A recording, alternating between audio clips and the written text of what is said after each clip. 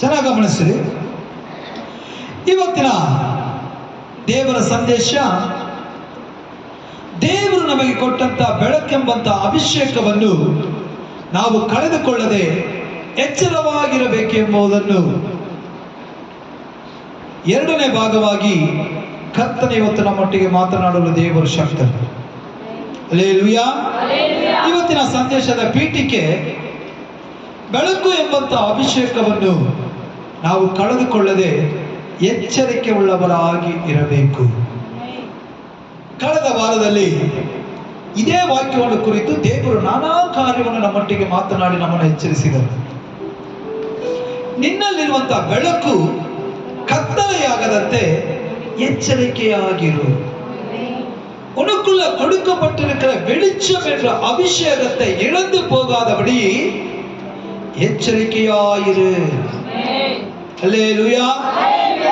ಬೆಳಕೆಂಬಂತ ಅಭಿಷೇಕ ನಿಮ್ಮೊಳಗಿರುವಾಗ ನೀವು ಅದನ್ನು ಕಳೆದುಕೊಳ್ಳದ ಹಾಗೆ ಕಾಪಾಡಿಕೊಳ್ಳಬೇಕು.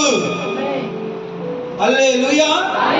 ಕರೆಯಲ್ಪಟ್ಟಂತ ನಾವು ತುಂಬಿಸಲ್ಪಟ್ಟವರಾಗಿರಬೇಕು ಹೊರತು ಖಾಲಿ ಪಾತ್ರೆಯಾಗಿ ಯಾವಾಗಲೂ ನಾವು ಕಾಣಬಾರದು. ಹಲ್ಲೆಲೂಯಾ.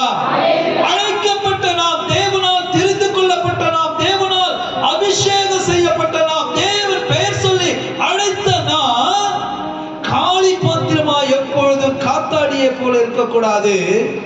அது எப்பொழுதும் நிரம்பின வண்ணமாய் காணப்படணும். ಅಭಿಷೇಕ ನಿಮ್ಮಲ್ಲಿ ತುಂಬಲ್ಪಟ್ಟವರಾಗಿ ನೀವು ಇರುವುದೇ ಆದರೆ ಶತ್ರುವು ನಿಮ್ಮನ್ನು ಮುಟ್ಟುವುದಕ್ಕೆ ಆಗಲ್ಲ. ಶತ್ರು ನಿಮ್ಮನ್ನು ಮುಟ್ಟಿದರೂ ಕೂಡ ಅವನಿಗೆ ಸೋಲೆ ಹೊರತು ಅಭಿಷೇಕ ತುಂಬಲ್ಪಟ್ಟಂತ ನಿಮಗೆ ಸೋಲಿಲ್ಲ.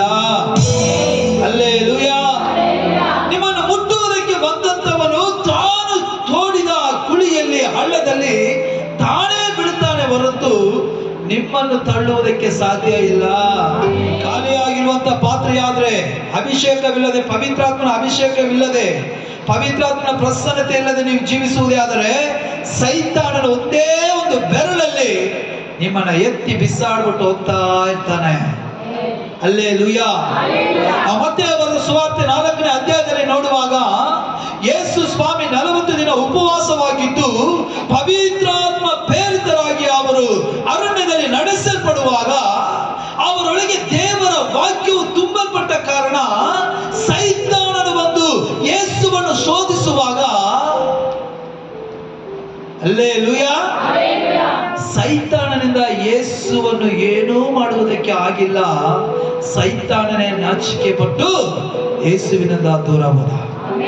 ಕಾರಣ ದೇವರೊಳಗೆ, ಯೇಸುವಿನ ಒಳಗೆ ಕರ್ತನಾದ ತಂದೆಯಾದ ದೇವರ ವಾಕ್ಯವಿತ್ತು.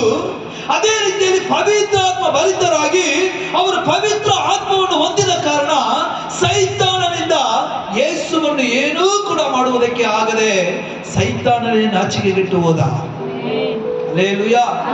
ಇವತ್ತು ಬೆಳಕು ಎಂಬಂತ ಅಭಿಷೇಕ ನಿಮ್ಮಲ್ಲಿ ಇಲ್ಲದೆ ಹೋದರೆ, ಬೆಳಕು ಎಂಬಂತ ಪ್ರಸನ್ನತೆ ನಿಮ್ಮಲ್ಲಿ ಇಲ್ಲದೆ ಹೋದರೆ, ಆ ಬೆಳಕು ನಿಮ್ಮಲ್ಲಿ ಕ್ರಿಯೆ ಮಾಡದೆ ಹೋದರೆ, ಆ ಅಭಿಷೇಕ ನಿಮ್ಮಲ್ಲಿ ಕ್ರಿಯೆ ಮಾಡದೆ ಹೋದರೆ ನಾವು ಬೆಳಕಿನವರಾಗಿ ಇರುವುದಿಲ್ಲ, ಕತ್ತಲೆ ತುಂಬಿದವರಾಗಿ ಕಾಣಲ್ಪಡುತ್ತೇವೆ. ಯೇಸು ಸ್ವಾಮಿ ಇವತ್ತು ನಮ್ಮ ನೋಡಿ ಹೇಳುವಂತ ಮಾತು, ನಿನ್ನಲ್ಲಿರುವಂತ ಬೆಳಕು, ನಿನ್ನಲ್ಲಿರುವಂತ ಅಭಿಷೇಕ, ನಿನ್ನಲ್ಲಿರುವಂತ ಪ್ರಸನ್ನತೆ, ನಿನ್ನಲ್ಲಿರುವಂತ ನನ್ನ ಜೀವ ನೀವು ಕಳೆದುಕೊಳ್ಳದ ಹಾಗೆ ಎಚ್ಚರಿಕೆ ಉಳ್ಳವರಾಗಿರಿ. ಹಲ್ಲೆಲೂಯಾ.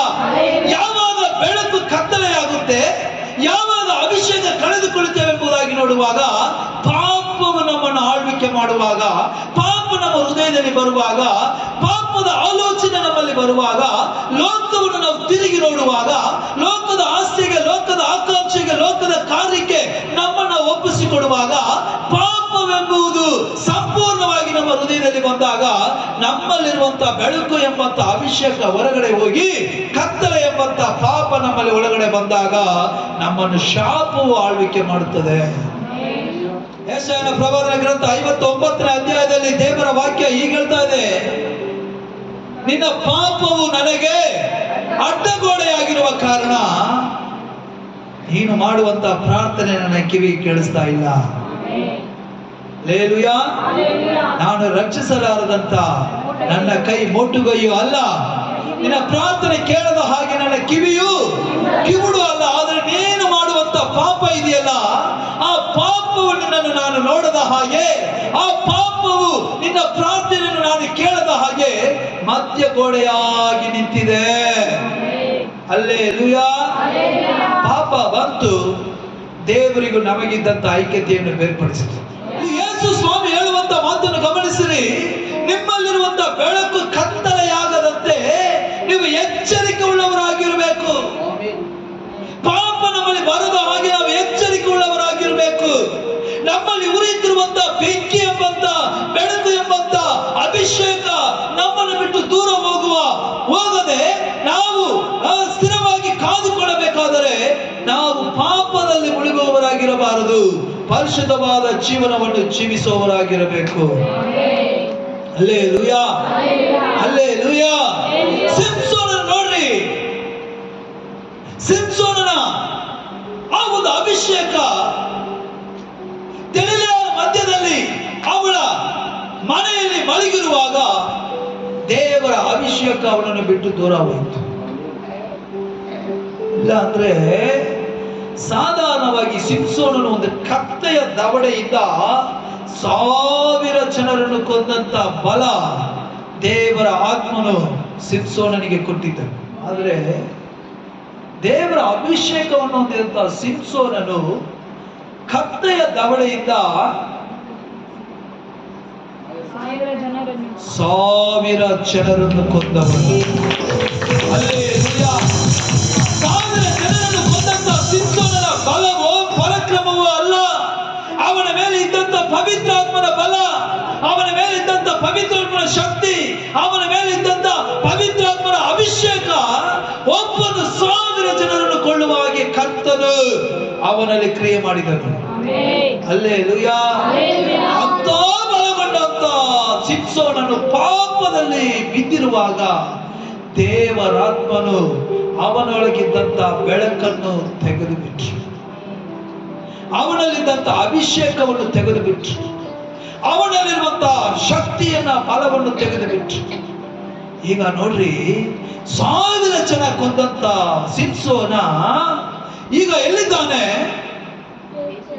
ಬಾಬಿಲೋನ್ ದೇಶದಲ್ಲಿ ಮಕ್ಕಳು ನೋಡಿ ಹಾಸ್ಯ ಮಾಡುವ ರೀತಿಯ ಒಂದು ಗೊಂಬೆಯ ರೀತಿಯಲ್ಲಿ ಅವನನ್ನ ಕಟ್ಟಿ ಕಣ್ಣನ್ನು ಕಿತ್ತು ಹಾಸ್ಯದ ಗೊಂಬೆಯಾಗಿ ಮಾಡಿಬಿಟ್ರು. புரிஞ்சுக்கப்பட்டவர்கள் சொல்லுங்க. பலசாலியா இருந்த சிம்சோன் இப்ப பரியாசக்காரனா மாறிட்டான். ಬಲಶಾಲಿಯಾಗಿದ್ದಂತ ಸಿಂಸೋನನು ಇವತ್ತು ಮಕ್ಕಳು ಆಡುವಂತ, ಮಕ್ಕಳು ಪರಿಹಾಸ ಮಾಡುವಂತ ಒಬ್ಬ ಮನುಷ್ಯನಾಗಿ ಬದಲಾಗಬಿಟ್ಟ. ಕಾರಣ ಇವನಲ್ಲಿ ತುಂಬಲ್ಪಟ್ಟಂತ ಅಭಿಷೇಕ ಇವನನ್ನು ಬಿಟ್ಟು ಹೋದ ಕಾರಣ. Hallelujah, hallelujah. ದೇವರಿಂದ ಕರೆಯಲ್ಪಟ್ಟಂತ ನೀವು ಯಾವಾಗಲೂ ತುಂಬಿಸಲ್ಪಟ್ಟವರಾಗಿ ಇರಬೇಕು ಹೊರತು ಖಾಲಿ ಪಾತ್ರೆಯಾಗಿರಬಾರದು. ஆண்டோட அபிஷேகம் எப்போதும் உன்னை நிரம்பி வழியணும். பாஸ்டர் கை வச்சாதாண்டாப்பா சுகமாகணும், பாஸ்டர் கை வச்சாதான் பேய் ஓடணும் இல்ல. வேதம் சொல்லுது, ஆண்டவர் சொல்றாரு, நீ விசுவாசிப்பதே ஆனா. நான் சாதாரணமா செய்யல, என்னோட பெரிய காரியங்களை நீங்க செய்வீங்க. கஷ்டமா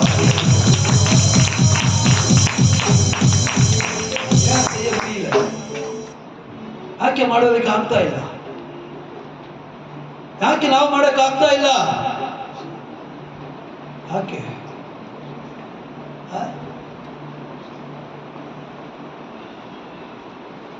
ஏன் நம்மளால செய்ய முடியல?